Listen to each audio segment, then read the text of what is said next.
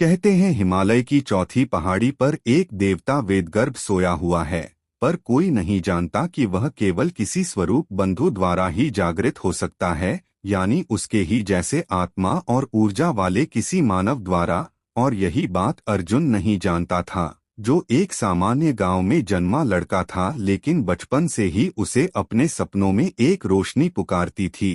कभी कभी वह देखता कि वह स्वयं एक प्राचीन योद्धा है, जिसने ब्रह्मांड को बचाया था।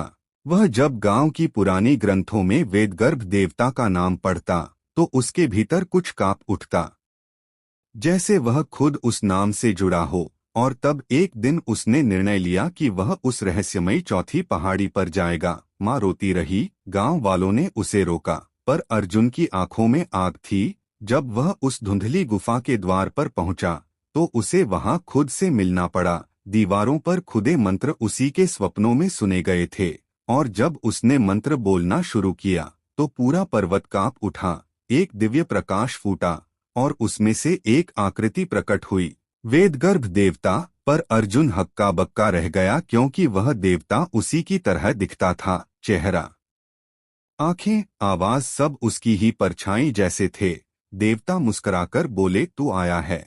जैसा वचन था, अर्जुन कांपते स्वर में बोला, मैं कौन हूँ? देवता बोले, तू ही मैं है। समय ने तुझे मनुष्य बनाया ताकि तू अनुभव से गुजर सके और अपने भीतर के देवत्व को पहचान सके। अर्जुन की आंखें नम थीं, और तभी देवता ने कहा, अब तू तैयार है। फिर वे एक हो गए। तेज रोशनी में अर्जुन विलीन हो गया, और जब वह गांव लौटा, तो अब उसमें वही शांति, वही तेज और वही दिव्यता थी जो सदियों से सोई हुई थी। गांव फिर कभी अंधकार में नहीं डूबा।